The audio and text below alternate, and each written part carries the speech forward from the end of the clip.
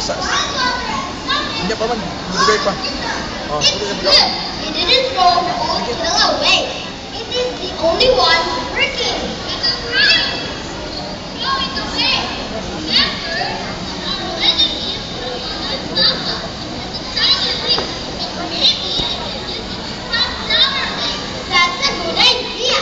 If you still have a place on the kitchen table. Hey! Our old friend is going to stay. Teacher, early to make coffee.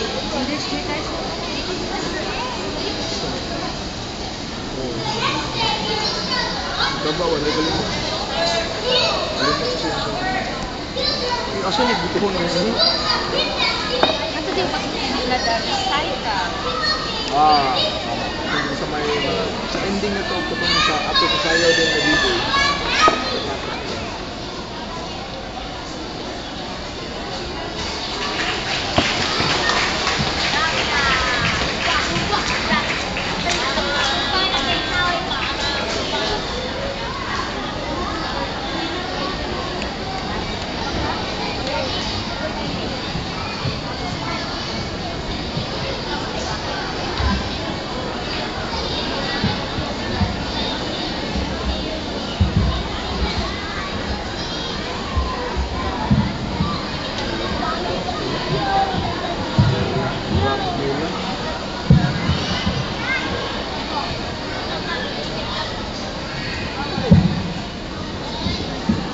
Nagpapos sila hapon bro. Abang buwan. Jadi, teknologi set up ng dapat.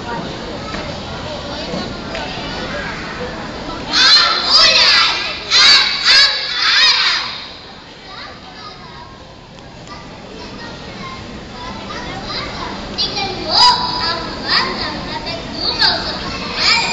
Hindi siya makalabas hanggang sa iyong pinal. Bakit naman sinabi na po ang dahilan? Kapag lumabas siya ng bahay, ay magbabasan siya.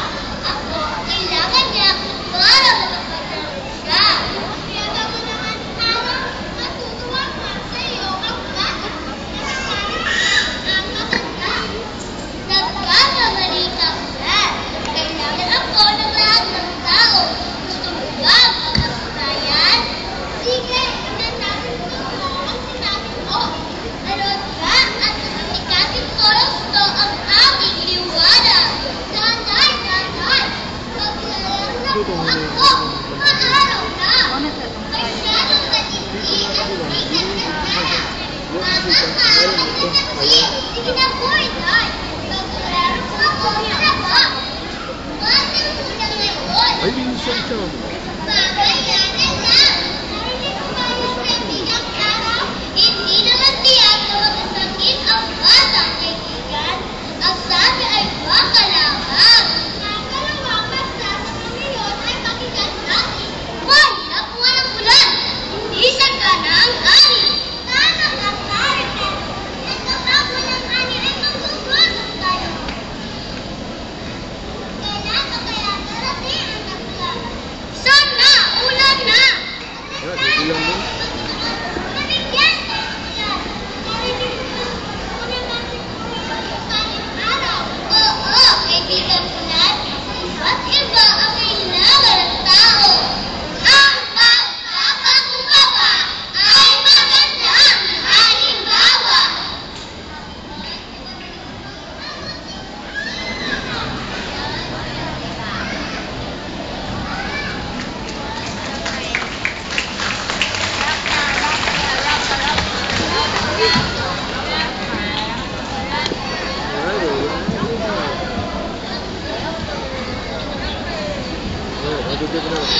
Thank you, Readers Theater Group.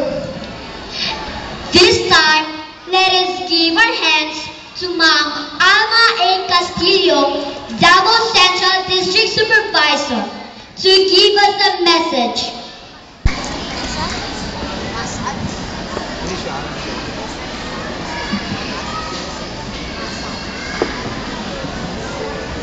Dito round po.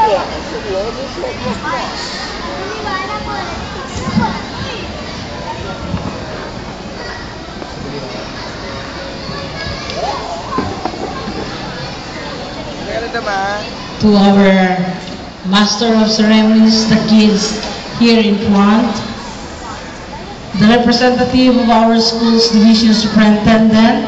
We have here our division supervisor in Filipino, Mrs. Constancia Soriano, the division administrative officer, Mr. Silvan, the former principal of Magallanes Elementary School and now the district in charge of Paquibato District, Mr.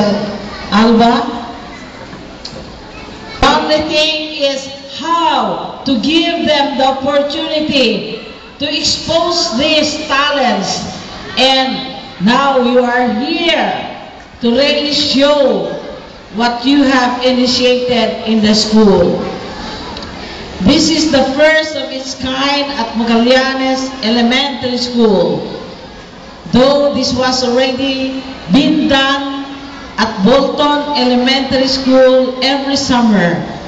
And I'm very glad that the different crops being shown during the Communication Arts Contest in English and Filipino is not only being shown in the school or during contest, but it's already here at SM Shop or Mall. And congratulations, children, for having this place of presenting your talents and abilities. Not all of the students coming from the different schools are given the opportunity to use this stage and to be shown to people who will be passing by. Not only our parents, not only our students, and our parents around the school, but the shoppers coming to SM could also witness your abilities being shown here today. So, congratulations mga bata.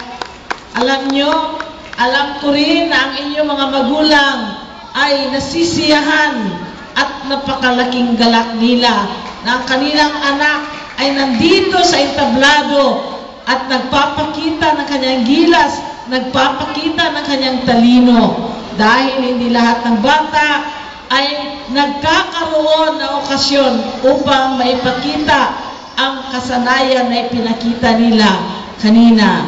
Alam ko na marami pang mga presentasyon na inyo ipapakita at hindi lamang ito ang panahon na